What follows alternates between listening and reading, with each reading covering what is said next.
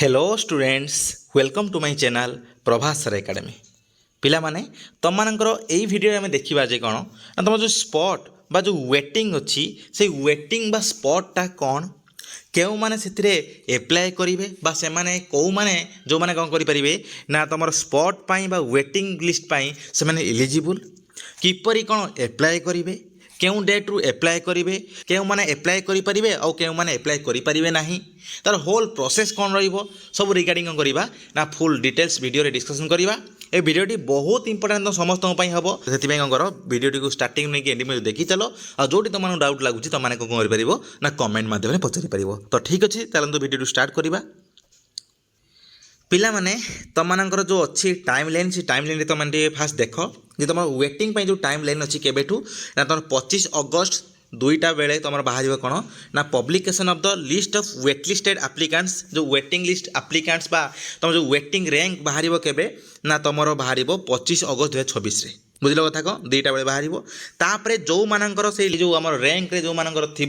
से माने कौन करेंगे ना 28 अगस्त नहीं कि 29 अगस्त 2 दिन मात्र टाइम कौन हम से 2 दिन कौन कर फिजिकली रिपोर्टिंग कर माने जो जो कॉलेज सब तुम जहाँ रैंक आसो से सब कॉलेज को कौन कर ना फिजिकली जाई कॉमन एप्लिकेशन फॉर्म सहित सब किसी नेसेसरी डॉक्यूमेंट नहीं कौन कर ना फिजिकली ऑफलाइन थ्रो रे कौन कर ना सबमिट करके आसो तापर सैला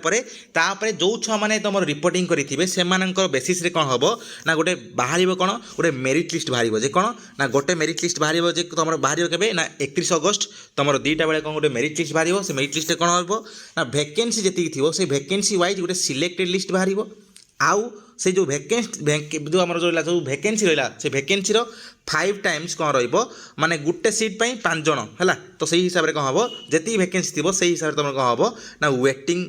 कौन हम वेटिंग लिस्ट रे बाहर गोटे वैकेंसी रे गोटे बाहर कौन ना सिलेक्टेड लिस्ट बाहर और वेटिंग लिस्ट बाहर ताने जो सिलेक्शन लिस्ट जो बाहर से कौन हम ना जो छुआ मैंने एप्लाय करेंगे जो फिजिकल रिपोर्टिंग करेंगे से भितर जी सीट वैकेंसी थी से हिसाब से कौन कर सिलेक्शन कर दिया मन रखिए वेटिंग लिस्ट रे तुम रिजर्वेशन रही कौन सी छुआ को SC ST SC तुम PWD जहाँ भी हो तो क्या भी कौन कर किसी भी रिजर्वेशन दिज्व ना ओनली कौन हम मार्क बेसिस तुम कौन हम ये सिलेक्शन हम ये सिलेक्शन है धर ये सिलेक्टेड छुआ ये छुआ जो कौन कले ना कौन सी कारणवश धर आडमिशन न कले तो ये छुआ कौन कर ना जो मैंने वेटिंग लिस्ट थे से चान्स दिज्व से कौन कर सब किसी इनफर्मेशन प्रोवाइड कर सिलेक्शन होती तो सही कॉलेज वाला कौन करेंगे ना तुमको इनफर्मेशन प्रोवाइड करेंगे आइदर कॉल मध्यम हो SMS मध्यम हो इमेल मध्यम हो व्हाट्सएप मध्यम हो तुम से कॉल करेंगे कौन तुम सिलेक्शन कि ना तापर तुम कौन कर ना आडमिशन करेबू के ना 1 और 2 सेप्टेम्बर तुम कौन कर आडमिशन जाई करके आसो जो मैंने सिलेक्शन लिस्ट बाहर थी बुझ कथा कौन तो यहाँ तार कौन टाइम लाइन एवं देखा तार होल प्रोसेसटा कौन क्यों मैंने इलिजिबल क्यों मैंने एप्लाय करेंगे आउ कौन किपर भाव में कौन करेंगे ना एप्लाय करेंगे देख पिला माने एटा है कौन तुम गाइडलाइन फॉर थर्ड राउंड बा जोटा रहा कौन वेटिंग लिस्ट बा स्पॉट एडमिशन प्रोसेस रहा कौन गाइडलाइन तुम फास्ट इनफॉरमेशन प्रोवाइड कर दूची जे क्यों माने एप्लाय करेंगे मन रखिए कौन ना जो मैंने टोटाली पाई ना नॉट एडमिटेड बा सिलेक्टेड जो मैंने टोटाली सिलेक्शन होना जो मैंने टोटाली कौन करना एडमिशन करना से कौन करेंगे ना एप्लाय करेंगे सेकेंड है कौन ना जो मैंने एडमिशन भी एडमिशन कर सारी से भी कौन करेंगे ना स्पॉट पर इलिजिबल किंतु कौ मान छाड़देला ना जो मैंने 1 नंबर जो मानकर जो कॉलेज रे जो मानकर से छाड़देला कौन करें ना ए स्पॉट रे पार्टिसिपेट करें ना एग्जाम देख तो मुझे बुझे दूसरी कौन ना धर एग्जांपल 1 2 3 4 बुझल कथा ये टाइप तुम डिफरेन्ट कौन कर ना कॉलेज पकई धर कौन होती ना गोटे छुआ 1 नंबर कॉलेज रे सिलेक्शन होगी एडमिशन कर देछि तो सही छुआटा कौन कर ना एप्लाय करें ना स्पॉट पाई कारण कहीं कारण ऊपर को आउ कौन सी कॉलेज फांका नहीं तो क्यों माने पकई पारिबे ना जो छुआ मैंने एडमिशन कर सारी से एप्लाय करेंगे किंतु रही दरकार जो ऊपर कॉलेज आउट रही दरकार माने धर 1 2 3 4 है धर गोटे छुआ 2 नंबर कॉलेज सिलेक्शन है एडमिशन भी से करदे तो से छुआ भी कौन कर ना स्पॉट पर इलिजिबल हो पार कहीं कारण ऊपर आउ गोटे कॉलेज अच्छी धर गोटे छुआ है कौन धर एग्जांपल दूसरी गोटे छुआ कौन होती ना 3 नंबर कॉलेज सिलेक्शन होती से भी कौन कर एडमिशन भी जो कर सारी से भी कौन कर ना स्पॉट पर इलिजिबल हम कहीं कारण ऊपर आउ 2टा कॉलेज अच्छी तो जो पिला हायर प्रिफरेन्स कॉलेज थी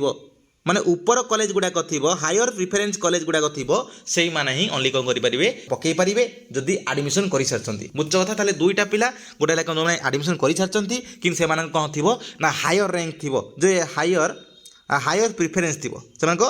ଯେ ହାୟର ପ୍ରିଫରେନ୍ସ ଥିବ ସେମାନେ ଇଲିଜିବୁଲ୍ ପ୍ଲସ୍ ଯେଉଁମାନେ ଆଡ଼ମିସନ୍ କରିନାହାନ୍ତି ପ୍ଲସ୍ ସେମାନେ ମାନେ ସିଲେକ୍ସନ୍ ହେଇନାହାନ୍ତି ସେମାନେ ବି କ'ଣ କରିପାରିବେ ଏଥିରେ ଇଲିଜିବୁଲ୍। ବୁଝିଲ କଥା? ତ ସେଇ ଜିନିଷଟା ଦେଖ ତୁମର 1 ନମ୍ବର ଗାଇଡ଼ଲାଇନ୍ ଲେଖା ହେଇଛି। ବୁଝିଲ କଥା? ଛାଡ଼ିଦେଇ କେଉଁଟା ଛାଡ଼ିକି ନା ଯେଉଁମାନେ କ'ଣ କରୁଛନ୍ତି 1 ନମ୍ବର ପ୍ରିଫରେନ୍ସ କଲେଜରେ ଯେଉଁମାନେ ପାଇଛନ୍ତି ଯେଉଁମାନେ 1 ନମ୍ବର ପ୍ରିଫରେନ୍ସ କଲେଜରେ ପାଇଛନ୍ତି ସେମାନେ ସ୍ପଟ୍ ପାଇଁ ଇଲିଜିବୁଲ୍ ନୁହଁ। ତାଙ୍କୁ ଛାଡ଼ିଦେଲା ପରେ ଆଉ ସମସ୍ତେ ନା ସ୍ପଟ୍ ପାଇଁ ଇଲିଜିବୁଲ୍ ବା ଆପ୍ଲାଏ କରିପାରିବେ ହେଲା। ତାପରେ ସେକେଣ୍ଡ ଜିନିଷ ଦେଖ ଯେ କ'ଣ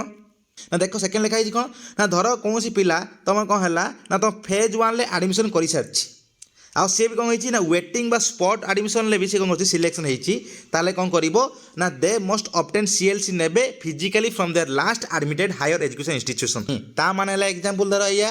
ଧର ଗୋଟେ କ'ଣ ହେଇଛି ଫେଜ୍ 1ରେ କ'ଣ ଫାଷ୍ଟ ହଉ ବା ସେକେଣ୍ଡ ହଉ ସିଲେକ୍ସନ୍ରେ କ'ଣ ହେଇଛି ସେ ଆଡ଼ମିସନ୍ କରିସାରିଛି ଗୋଟେ ଜାଗାରେ ଧର ଗୋଟେ କଲେଜରେ ସିଲେକ୍ସନ୍ ହେଇକି ଆଡ଼ମିସନ୍ କରିସାରିଛି ସେ କ'ଣ ହେଲା ନା ସ୍ପଟ୍ରେ ତାର ଆଉ ଗୋଟେ କଲେଜରେ ସେ କ'ଣ ହେଲା ପକାଇଥିଲା ଆଉ ଗୋଟେ କଲେଜରେ ହେଲା ସେ ଯଦି କ'ଣ କରିଛି ନା ସେଠି ଆଡ଼ମିସନ୍ କରିବା ପାଇଁ ଚାହୁଁଛି ତାହେଲେ ପୂର୍ବ କଲେଜରୁ CLC ନେଇକି ଆସିକି ଏଠି ଆଡ଼ମିସନ୍ କରିବାକୁ ପଡ଼ିବ। ଧର ସେ କ'ଣ କରୁନି ଏଠି ଆଡ଼ମିସନ୍ କରୁନାହିଁ କିନ୍ତୁ ସିଲେକ୍ସନ୍ ହେଇଛି ତା ଦରକାର ନାହିଁ କ'ଣ ହେଲା ସେ କିନ୍ତୁ ଆଡ଼ମିସନ୍ ଯଦି ନ କରିବ ଚାହିଁବନି ଯେ କ'ଣ ଆଡ଼ମିସନ୍ କରିବା ପାଇଁ ତାହେଲେ କ'ଣ କରିବା ଦରକାର ନାହିଁ ତାର CLC ଦରକାର ନାହିଁ କିନ୍ତୁ ଯଦି ସେ ଚାହିଁବ ଆଡ଼ମିସନ୍ କରିବା ପାଇଁ ତାହେଲେ ପୂର୍ବ କଲେଜ ଯେଉଁଠି ଆଡ଼ମିସନ୍ କରିଥିଲା ସେଇଠୁ କ'ଣ କରିବ ନା CLC ଆଣିବ। ବୁଝିଲ କଥା? ତାପରେ ନେକ୍ସଟ ହେଲା କ'ଣ ନା ଦେଖ ତୁମ ଆଡ଼ମିସନ୍ରେ ଯେଉଁ ୱେଟିଂ ବା ସ୍ପଟ୍ରେ ପାର୍ଟିସିପେଟ୍ କରିବା ପାଇଁ ତୁମେ କ'ଣ ହେଲା ୱେଟିଂ ଯେଉଁ waitlisted applicants be required to report physically କ'ଣ କରିବ ରିପୋର୍ଟ କରିବ। ମନେ ରଖିଥିବ ସମସ୍ତେ କ'ଣ କରିବ ଯେ ଫିଜିକାଲି ଯେ ରିପୋର୍ଟ କରିବ ସେଇ କଲେଜରେ ବା ସେଇ ୟୁନିଭର୍ସିଟିରେ ବା ସେଇ ଡିଗ୍ରୀ କଲେଜରେ। ପିଲାମାନେ ଏବେ ଆମେ ଦେଖିବା ଯେ କ'ଣ ନା କିପରି ଭାବରେ ହାଉ ଟୁ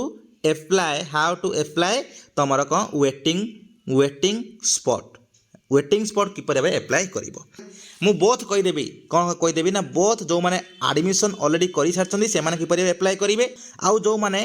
ଆଡ଼ମିସନ୍ ହେଇନାହାନ୍ତି ବା ସିଲେକ୍ସନ୍ ବି ହେଇନାହାନ୍ତି ସେମାନେ ବି କିପରି ଭାବେ କ'ଣ କରିବେ ଆପ୍ଲାଏ କରିବେ ସେମାନଙ୍କୁ କିପରି ଭାବରେ କ'ଣ ହେବ ନା ସବୁକିଛି ପ୍ରୋସେସ୍ ହେବ ସବୁକିଛି ଜିନିଷ କ'ଣ କରିଦେବି ନା ଏଇ ଭିଡ଼ିଓ ମାଧ୍ୟମରେ କହିଦେବି ହେଲା। ଫାର୍ଷ୍ଟ ଯିବା ଯେ କ'ଣ ନା ଯେଉଁମାନେ ଟୋଟାଲି କ'ଣ କରିନାହାନ୍ତି ଟୋଟାଲି ଯେଉଁମାନେ ଆଡ଼ମିସନ୍ କରିନାହାନ୍ତି ବା ଯେଉଁମାନେ ଟୋଟାଲି କ'ଣ ହେଇଛି ଟୋଟାଲି ସିଲେକ୍ସନ୍ ହିଁ ଆସିନାହିଁ ସେମାନେ କିପରି ଭାବରେ କ'ଣ କରିବେ ନା ଆପ୍ଲାଏ କରିବେ। ଦେଖ ତମର ଧର କ'ଣ ହେଇଛି ନା ଏଇଭଳିଆ ଟାଇପ୍ରେ ତୁମେ ଯେଉଁ କଲେଜ ପକାଇଛ ବୁଝିଲ କଥା କ'ଣ ତମର କ'ଣ ହେବ ନା ଏଇ 25 ଅଗଷ୍ଟରେ ଯେଉଁ ଅଛି ସେଇ 25 ଅଗଷ୍ଟରେ କ'ଣ ହେବ ନା ଯେଉଁ କଲେଜ ତୁମେ ପକାଇଥିବ ତୁମେ ଧର ସିଲେକ୍ସନ୍ ଟୋଟାଲି କୌଣସି କଲେଜ ଧର ଆସିନାହିଁ ବୁଝିଲ କଥା ଧର କୌଣସି କଲେଜରେ ସିଲେକ୍ସନ୍ ଫାର୍ଷ୍ଟ ସିଲେକ୍ସନ୍ କିମ୍ବା ସେକେଣ୍ଡ ସିଲେକ୍ସନ୍ ଆସିନାହିଁ ତାହେଲେ କ'ଣ ହେବ ନା ଯେଉଁ ସବୁ କଲେଜ ତୁମେ ପକାଇଛ ସେଇ ସବୁ କଲେଜରେ ତୁମର ଗୋଟେ ର୍ୟାଙ୍କ ଆସିବ ମାନେ ତାଙ୍କର ଯେତିକି ଭ୍ୟାକେନ୍ସି ଥିବ ଧର କ'ଣ ଅଛି ନା ଏଇ କଲେଜରେ 3ଟା ଭ୍ୟାକେନ୍ସି ଅଛି ଏଇ କଲେଜ 4ଟା ଭ୍ୟାକେନ୍ସି ଅଛି ଏଇ କଲେଜ 2ଟା ଭ୍ୟାକେନ୍ସି ଏଇ କଲେଜ 1 ଭ୍ୟାକେନ୍ସି ଏଇଭଳି ଏବେ ଥିବ ତାଙ୍କ ଭ୍ୟାକେନ୍ସି ହିସାବରେ କ'ଣ ହେବ ନା ତୁମମାନଙ୍କୁ କ'ଣ ଗୋଟେ ର୍ୟାଙ୍କ ଆସିବ। ତା ମାନେ କ'ଣ ନା ଏଇ ଧର 1 ନମ୍ବର ଧର କଲେଜ ଏଇ 1 ନମ୍ବର କଲେଜରେ ଯେତିକି ପିଲା ଆପ୍ଲାଏ କରିଥିବ ତ ସେତିକି ଭିତରୁ ତୁମର କେତେ ନମ୍ବର ର୍ୟାଙ୍କ ବା ୱେଟିଂ ର୍ୟାଙ୍କ ଯେଉଁଟା କୁହାଯାଏ ୱେଟିଂ ର୍ୟାଙ୍କ ଗୋଟେ ଶୋ କରିବ ଯେ କ'ଣ ନା ୱେଟିଂ ର୍ୟାଙ୍କ 10 କି 5 କି 2 କି 1 କି 40 କି 60 କି 100 କି ଏଇଭଳିଆ ଶୋ କରିବ ତୁମର ଯେତିକି ର୍ୟାଙ୍କ ଥିବ। ତା ମାନେ ହେଲା କ'ଣ ଧର ଏକ୍ଜାମ୍ପଲ୍ ଯେ ଧର କ'ଣ ହେଲା ନା ଏଇ 1 ନମ୍ବର କଲେଜ ଧର ହେଲା କ'ଣ ଉତ୍କଳ ୟୁନିଭର୍ସିଟି ତୁମେ ସେଇଭଳିଆ ଟାଇପ୍ର ଅଟୋନମସ୍ କଲେଜ ବା ଡିଗ୍ରୀ କଲେଜ ତୁମେ ଯାହା ପକାଇଥିବ ସେଇଭଳିଆ ଟାଇପ୍ର ତୁମେ ଦେଖିଦେବ ହେଲା। ତୁମର ଧର 1 ନମ୍ବର କଲେଜଟା ହେଉଛି କ'ଣ ନା ଉତ୍କଳ ୟୁନିଭର୍ସିଟି ଧର ହେଲା 1 ନମ୍ବର ୟୁନିଭର୍ସିଟି ହେଲା ଉତ୍କଳ ୟୁନିଭର୍ସିଟି ଏଇ ଉତ୍କଳ ୟୁନିଭର୍ସିଟିରେ ତୁମ ନିଜ ସବଜେକ୍ଟରେ ଧର କ'ଣ ହେଲା ପଲିଟିକାଲ ସାଇନ୍ସରେ ହେଲା ତୁମ ନିଜ ସବଜେକ୍ଟରେ ଉତ୍କଳ ୟୁନିଭର୍ସିଟିରେ ଯେତିକି ଛୁଆ ପକାଇଛ ତ ସେତିକି ପିଲା ଭିତରୁ ଯେଉଁମାନେ ଆଡ଼ମିସନ୍ କରିଦେଇଛ ଯେଉଁମାନେ ଆଉ ରହିଗଲ ବାକି ଯେତିକି ରହିଲ ସେତିକି ଭିତରେ ତୁମର ର୍ୟାଙ୍କ କେତେ ମାନେ ସେତିକି ଭିତରେ କ'ଣ ହେଲା ତୁମର କେଉଁ ସିରିଏଲ୍ ନମ୍ବରରେ ତୁମର ଅଛି ବାହାରିବ ସେଇଭଳିଆ ଟାଇପ୍ର ଯେତିକି ତୁମେ କଲେଜ ପକାଇଥିବ ସବୁ କଲେଜରେ ଗୋଟେ ବାହାରିବ। ବୁଝିଲ କଥା? ତ ଏବେ ବାହାରି ସାରିଲା ପରେ ଦେଖିବ ତୁମମାନେ କ'ଣ ହେଲା ସବୁ କଲେଜ ଯେତିକି ସାରା ପକାଇଥିବ ତ କିଏ 10ଟା ପକାଇଥିବ କି 5ଟା ପକାଇଥିବ କି 7ଟା ପକାଇଥିବ କି 2ଟା ପକାଇଥିବ ଏଇଭଳିଆ ପକାଇଥିବ ତୁମେ ସମସ୍ତେ ତ ସବୁ କଲେଜକୁ ତ ଆକ୍ସେସିବୁଲ୍ କରିହେବନି ନା କାରଣ 2 ଦିନ ଟାଇମ୍ ଅଛି 2 ଦିନ ଭିତରେ ସବୁ କଲେଜକୁ ଯାଇକି ଫିଜିକାଲି ପୁଣି ରିପୋର୍ଟ କରିବ ଏତ ଅନଲାଇନ୍ ମାଧ୍ୟମରେ ସବୁ ଆପ୍ଲାଏ କରାଯିବନି ନା ସବୁ କ'ଣ ହେବ ଫିଜିକାଲି ଯାଇ କରିବ ଅଫଲାଇନ୍ ମାଧ୍ୟମରେ କରିବ ତ ସେଇ ସବୁ ଯେଉଁ କଲେଜରେ ଦେଖିବ କ'ଣ ହେଲା ତୁମର କମ୍ ର୍ୟାଙ୍କ ଥିବ ତୁମେ ଚାହିଁଲେ ବି ସବୁ କଲେଜକୁ ଯାଇପାରିବ କି ଯାଏସ୍ ନାହିଁ ତୁମ ଇଚ୍ଛା ହେଲା। ଧର ମୁଁ କହୁଛି ଯେ ଆଇଡ଼ିଆଲ୍ କେଉଁଟା ହେବ ଗୋଟେ ଭଲ ହେବ ନା ଯେଉଁ ସବୁ କଲେଜରେ ତୁମର ଆପ୍ରୋକ୍ସିମେଟଲି କ'ଣ ଥିବ କମ୍ ର୍ୟାଙ୍କରେ ଥିବ ମାନେ ଧର ୟୁନିଭର୍ସିଟି ଧର ଅଛି 40 ର୍ୟାଙ୍କରେ तो यही यूनिवर्सिटी अच्छी धर के अच्छी ना 20 रैंक ये धर अच्छी कौन 15 रैंक ये धर अच्छी 5 रैंक ताले कौटा तुमको बेसी पॉसिबिलिटी अच्छी हबार ना यही 3 नंबर कॉलेज बेसी पॉसिबिलिटी हबार अच्छी हबार तो तुम कौन कर ना जोटी बेसी पॉसिबिलिटी थी हबार तो सही सब कॉलेज को जाई कौन कर ना फिजिकल जाई रिपोर्ट कर आसीपर किंबा सबू कॉलेज रे भी जाई कौन कर ना रिपोर्ट करके आसीपर तुम इच्छा है मुझे तुमको कहीदेली बास गोटे बेस्ट चॉइसटा है यही कर सारापर से कौन करेंगे ना से जी छुआ एप्लाय कर सब्जेक्ट से तुम सब्जेक्ट जी सब छुआ एप्लाय कर फिजिकल रिपोर्ट करके आसो भितर जी सीट थी वैकेंसी धर कौन अच्छी ना धर उत्कल यूनिवर्सिटी धर एग्जांपल धर 4टा सीट अच्छी 4टा सीट माने देखो ये 4टा सीट्रे कौन हम जिते छुआ एप्लाय करेंगे मैं धर फिजिकल जी कौन कर देकी आसनी ऑफलाइन माध्यम रिपोर्ट करके आसनी के छुआ ना धर देकी आसते ना 51 छुआ दे आस तो 51 छुआ भितर कौन करा जो मैंने टॉप मार्क रहिले जो हाईएस्ट मार्क जो मैंने रहिले टॉप 4 जन कौन करा ना सिलेक्शन करा सिलेक्शन कर देकी सेमान कौन करा ना व्हाट्सएप माध्यम कॉल माध्यम एसएमएस माध्यम जीमेल माध्यम से कौन करा ना नोटिफाई करा माने माने मोस्ट प्रोबेबली से कौन करेंगे ना तुमको कॉल माध्यम जनईदेवे कौन तुम सिलेक्शन होती आउ जो या सहित कौन हम आउ गोटे वेटिंग लिस्ट भी बाहर गोटे वेटिंग लिस्ट देख वेटिंग लिस्ट कौन बाहर ना यही वेटिंग लिस्ट बाहर कौन ना जो मैंने कौन है ना ये सीट थी से इंटू 5 मन रखिए धर गोटे सीट पिछा 5 जन को वेटिंग लिस्ट रे रखिए ताने 4टा सीट धर अच्छी 4 इंटू 5 तो से टाइप जी सीट थी से इंटू 5 छुआ कौन करेंगे ना से वेटिंग लिस्ट रखिए माने 4 5 20 माने कौन है 20 जन छुआ करेंगे वेटिंग लिस्ट रखिए यही धर 4 जन छुआ भर कौ छुआ आडमिशन न कला तो से सीटा कौन हम तार नेक्स्ट तापर छुआ को दिज्व माने तापर मार्क जो छुआटा हाइस्ट अच्छी कह कल कर डक से छुआ न कला तो नेक्स्ट छुआ को डक से छुआ न कला तो नेक्स्ट छुआ को डक ये टाइप कौन है सब छुआ को डक तो यहाँ है कौन तुम जो मान कौन है ना टोटाली सिलेक्शन है ना आडमिशन करना से किपर कौन करेंगे ना स्पॉट वेटिंग एप्लाय करेंगे बुझल कथा कौन ये जो जीव सब किसी नेसेसरी डॉक्यूमेंट नहीं कि जीव ना तुम जाति सब डॉक्यूमेंट अच्छी जहाँ सब डॉक्यूमेंट अच्छी समस्त सब किसी डॉक्यूमेंट देकी कॉमन एप्लिकेशन फॉर्म जो सीएफ जो थी सीएफ सहित तुम जी सब डॉक्यूमेंट सब किसी कौन कर सबमिट करके आसो तुम सिलेक्शन लिस्ट बाहर जो मैंने सिलेक्शन होती जो मैंने कौन वेटिंग लिस्ट थी बुझल कथा कौन यहाँ कौन जो मैंने सिलेक्शन टोटाली है ना से किपर कौन करेंगे ना वेटिंग एप्लाय करेंगे आउ जो मान सिलेक्शन होती सिलेक्ट भी होती प्लस आडमिशन भी कर आडमिशन भी कर से किपर कौन करेंगे ना वेटिंग एप्लाय करेंगे देख ये कौन है तो एग्जांपल दूसरी देख पुणी गोटे एग्जांपल दूसरी तुम बुझीपार तो 1 2 3 4 5 है ये टाइप मुझे तुमको अलरेडी कही जो मानकर 1 नंबर कॉलेज सिलेक्शन होती है 1 नंबर कॉलेज आडमिशन कर एप्लाय करेंगे ना कौनटा ना वेटिंग स्पॉट कहीं कारण ऊपर कॉलेज आउ कि ना जो मानकर जो जगह आडमिशन कर किंतु परवर्ती समय भी कौन अच्छी ना ऊपर प्रिफरेन्स कॉलेज गुड़ाक बाकी अच्छी से मैंने ओनली एप्लाय करेंगे से कॉलेज ओनली है गोटे धर छुआर कौन है ना 4 नंबर कॉलेज सिलेक्शन होती आडमिशन भी कौन कर आडमिशन भी कर तो ये सी जो वेटिंग एप्लाय कर कौन ना 25 तारीख दिन मन रखिए आडमिशन कर सारा भी तुमने एप्लाय करें कारण तार ऊपर प्रिफरेन्स अच्छी तो 25 तारीख दिन कौन हम ये सब कॉलेज रहा माने तुम जो भी आडमिशन कर 3 नंबर भी आडमिशन कर कि 2 नंबर भी आडमिशन कर तो गोटे कॉलेज रहा गोटे कॉलेज ओनली आसो आदे तू 4 नंबर कर ऊपर 3टा आसो जो कि 6 नंबर कर ऊपर 5टा आसो कि 10 नंबर कर ऊपर 9टा आसो तो ये टाइप डिफरेन्ट डिफरेन्ट कॉलेज कौन हम ना तुम जितना कॉलेज बाकी थी ऊपर से कॉलेज कौन हम ना तो वेटिंग रैंक गोटे आसो वेटिंग रैंक गोटे आसो है यही कॉलेज एति वेटिंग रैंक यही कॉलेज एति वेटिंग रैंक तुम निज सब्जेक्ट यही कॉलेज एति वेटिंग रैंक यही कॉलेज एति वेटिंग रैंक तुम अच्छी है तुम कौन कर तुम देखीदेल यही सब कॉलेज एति वेटिंग रैंक अच्छी तुम कौन कर से सब कॉलेज को तार जो टाइम लाइन जो कहीदेली तुमको स्टार्टिंग वीडियो स्टार्टिंग जो कहीदेली टाइम लाइन एति टाइम लाइन कौन कर फिजिकल जो रिपोर्टिंग करके आसो तुम कौन कर निज डॉक्यूमेंट सहित केवल सीएलसी छाड़देला आउ जी सब रहा डॉक्यूमेंट सहित कौन कर सब जा कौन कर सबमिट करके आसो कॉमन एप्लिकेशन फॉर्म तुम migration certificate cast income residence सब किसी नहीं कौन कर जाकि डिपोजिट करके आसो सब जेरेक्स डिपोजिट करके आसो है कौन हम ना से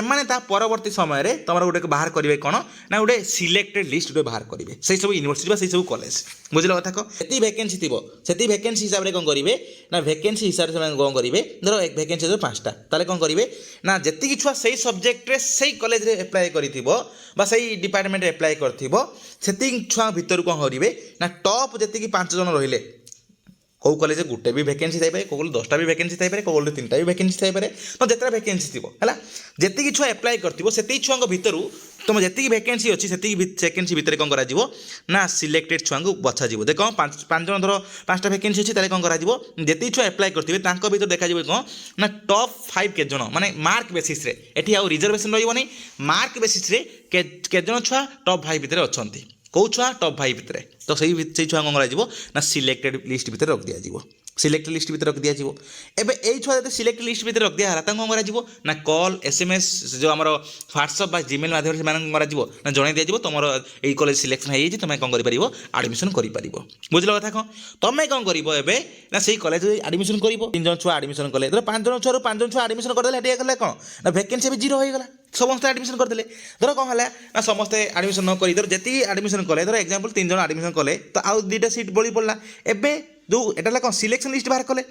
ଆଉ ଗୋଟେ ବାହାର କରିଥିବେ କ'ଣ ନା ସିଟ୍ ହିସାବରେ ଯେତେଟା ସିଟ୍ ଭ୍ୟାକେନ୍ସି ଥିବ ସେଇ ହିସାବରେ କ'ଣ କରିବେ ନା 5 ଜଣ ଛୁଆଙ୍କୁ ସେ ୱେଟିଂ ଲିଷ୍ଟ ରଖିବେ। ଧର 5ଟା ଅଛି ମାନେ 5 × 5 ଗୋଟେ ସିଟ୍ ପିଛା 5 ଜଣ ସେ ୱେଟିଂ ଲିଷ୍ଟ ରଖିବେ, ମାନେ 25 ଜଣଙ୍କୁ, ତାମାନେ ଏଇଠି ସେ କ'ଣ କରିଥିବେ 25 ଜଣଙ୍କୁ କ'ଣ କରିଥିବେ ଆଉ ଗୋଟେ ଲିଷ୍ଟ ବାହାର କରିଥିବେ, 25 ଜଣଙ୍କୁ ସେ କ'ଣ କରିଥିବେ ୱେଟିଂ ଲିଷ୍ଟ ରଖିଥିବେ। ଏଇ ଯେଉଁ 25 ଜଣ ୱେଟିଂ ଲିଷ୍ଟ ରଖିଥିବେ, ଧର କ'ଣ ହେଲା ଏଠି 3 ଜଣ ଆଡ଼ମିସନ୍ କଲେ, 2 ଜଣ ଆଡ଼ମିସନ୍ କଲେନି, ତ ଏଇ ଯେଉଁ 2ଟା ସିଟ୍ ପାଇଁ ସେ ନେକ୍ସଟ ମାର୍କ ହିସାବରେ ନେକ୍ସଟ ଟପ୍ 2 ଜଣଙ୍କୁ କ'ଣ କରିବେ ନା କଣ୍ଟାକ୍ଟ କରିବେ। ତା ସେମାନେ ଯେଉଁ ଆଡ଼ମିସନ୍ କଲେ ସେମାନେ ଯେଉଁ ଆଡ଼ମିସନ୍ କଲେ ପୁଣି ନେକ୍ସଟ ଛୁଆଙ୍କ କତିକି ଯିବେ, ପୁଣି ନେକ୍ସଟ ଛୁଆଙ୍କ କତିକି ଯିବେ, ପୁଣି ନେକ୍ସଟ ଛୁଆଙ୍କ କତିକି ଯିବେ। ଏଇ ଟାଇପ୍ରେ ପୁରା ହୋଲ୍ ପ୍ରୋସେସଟା ଅଛି କ'ଣ ତ ୱେଟିଂର ବା ସ୍ପଟ୍ର। ବୁଝିଲ କଥା କ'ଣ? ତ ଏଇଭଳିଆ ଟାଇପ୍ର ହୋଲ୍ ପ୍ରୋସେସ୍ କ'ଣ ହେଇଥାଏ ନା ତୁମ ୱେଟିଂରେ ହେଇଥାଏ। ମନେ ରଖିଥିବ ଏଇ ଡେଟ୍ରେ ତୁମ ସବୁ ଦେଖ ଆପ୍ଲାଏ ଷ୍ଟାର୍ଟ ହେବ। ଦେଖ ପିଲାମାନେ ତୁମର ଯେଉଁ ବାହାରିବ ୱେଟିଂ ର୍ୟାଙ୍କ ବାହାରିବ କେବେ, ୱେଟିଂ ର୍ୟାଙ୍କ ଦେଖ ବାହାରିବ କେବେ ନା 25 ଅଗଷ୍ଟରେ। ସେଇ ହିସାବରେ ତୁମେ ଯାଇକି ଆପ୍ଲାଏ କରିବ କେବେ ନା 28ରୁ 29, 2 ଦିନ ମାତ୍ର କ'ଣ କରିବ ଯାଇକି ଆପ୍ଲାଏ କରିକି ଆସିବ ଫିଜିକାଲି, ମାନେ ଅଫଲାଇନ୍ ଥ୍ରୋରେ। ବୁଝିଲ କଥା କ'ଣ? ଅଫଲାଇନ୍ରେ ଯାଇକି ସବୁକିଛି ଦେଇକି ଆସିବ। ଆଉ ତୁମେ ଯଦି କ'ଣ ହେଲା କୌଣସି ଛୁଆ ଯାଇ ନ ପାରିଲା ବି ତା ପକ୍ଷରେ ବି ଯାଇପାରିବ, ଆଉ କୌଣସି ଲୋକ ବି ଯାଇପାରିବେ, କିନ୍ତୁ ଦେଖ ଭ୍ୟାଲିଡ୍ ID ପ୍ରୁଫ୍ ନେଇକି ଯାଇପାରିବ। ଯେ ID ପ୍ରୁଫ୍ ମାନେ ତୁମ ଆଧାର କାର୍ଡ଼ ନେଇକି ଯିବ ବା ଭୋଟର ID କାର୍ଡ଼ ଏସବୁ ଜିନିଷ ନେଇକି ଯାଇକି କ'ଣ କରିପାରିବ ଅନ୍ୟ ଗୋଟେ ଲୋକକୁ ପଠାଇବ ନିଜର ନେସେସରି ଡକ୍ୟୁମେଣ୍ଟ ସହିତ, ସେମାନେ ଯାଇକି କ'ଣ କରିପାରିବେ ନା ଯାଇକି ସବମିଟ୍ କରିକି ଆସିପାରିବେ ହେଲା। ତାପରେ ଦେଖ କ'ଣ ହେଲା ତୁମର ଏସବୁ ସରିଲା ପରେ ତାପରେ ଯେତିକି ଛୁଆ ଆପ୍ଲାଏ କରିଥିବେ ସେତିକି ଛୁଆଙ୍କ ଭିତରୁ କ'ଣ ହେବ ନା ଗୋଟେ ସିଲେକ୍ସନ୍ ଲିଷ୍ଟ ବାହାରିବ, ଗୋଟେ ୱେଟିଂ ଲିଷ୍ଟ ବାହାରିବ। ସେ ସିଲେକ୍ସନ୍ ଲିଷ୍ଟ ଭିତରେ ଯେଉଁ ଛୁଆମାନେ ସିଲେକ୍ସନ୍ ଥିବେ ସେମାନେ ଯାଇକି କ'ଣ କରିବେ ନା ଆଡ଼ମିସନ୍ ଯାଇକି ସେମାନଙ୍କର ଯେଉଁ ସିଲେକ୍ସନ୍ ଲିଷ୍ଟ ଆଉ ଗୋଟେ ୱେଟିଂ ଲିଷ୍ଟ ଯେଉଁ ବାହାରିବ ଏଟା କେବେ ବାହାରିବ ନା 31 ଅଗଷ୍ଟରେ ବାହାରିବ। ତାପରେ ସେ ବାହାରି ସାରିଲା ପରେ ଯେଉଁ ଛୁଆମାନେ ସିଲେକ୍ସନ୍ ଲିଷ୍ଟରେ ଥିବେ ସେମାନେ ଆଡ଼ମିସନ୍ କରିବେ କେବେ ନା 1 ଆଉ 2 ସେପ୍ଟେମ୍ବରରେ ଆଡ଼ମିସନ୍ କରିବେ। ତ ଏଇଟା ତାର କ'ଣ ହେଲା ହୋଲ୍